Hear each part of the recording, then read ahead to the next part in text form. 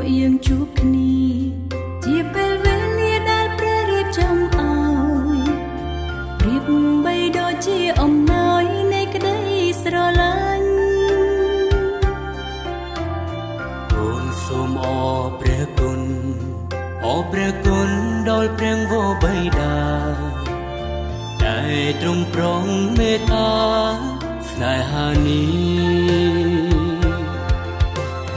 សូមទ្រង់ប្រទានពរថ្ងៃមង្គលសិរីសូមទ្រង់ធ្វើជាស្ពាយនិងធ្វើជាសាក្សីពល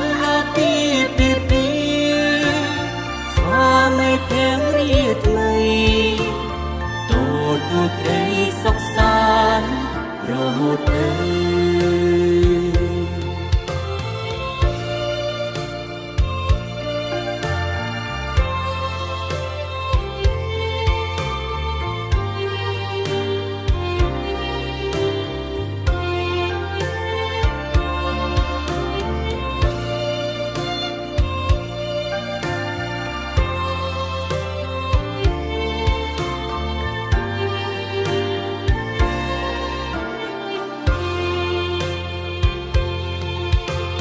ថ្ងៃដែលពួកយើងជួបគ្នា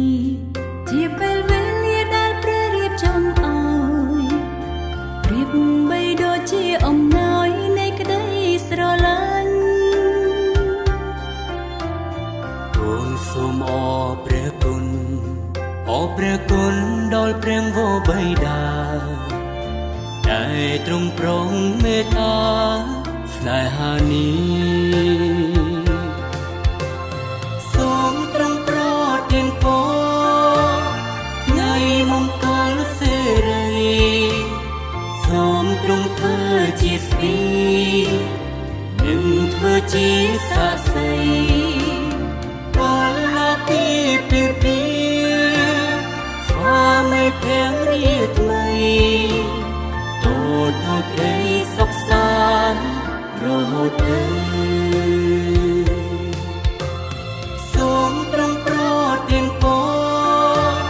ថ្ងៃមង្គលសិរីសូមទ្រង់ធ្វើជាស្ពាយ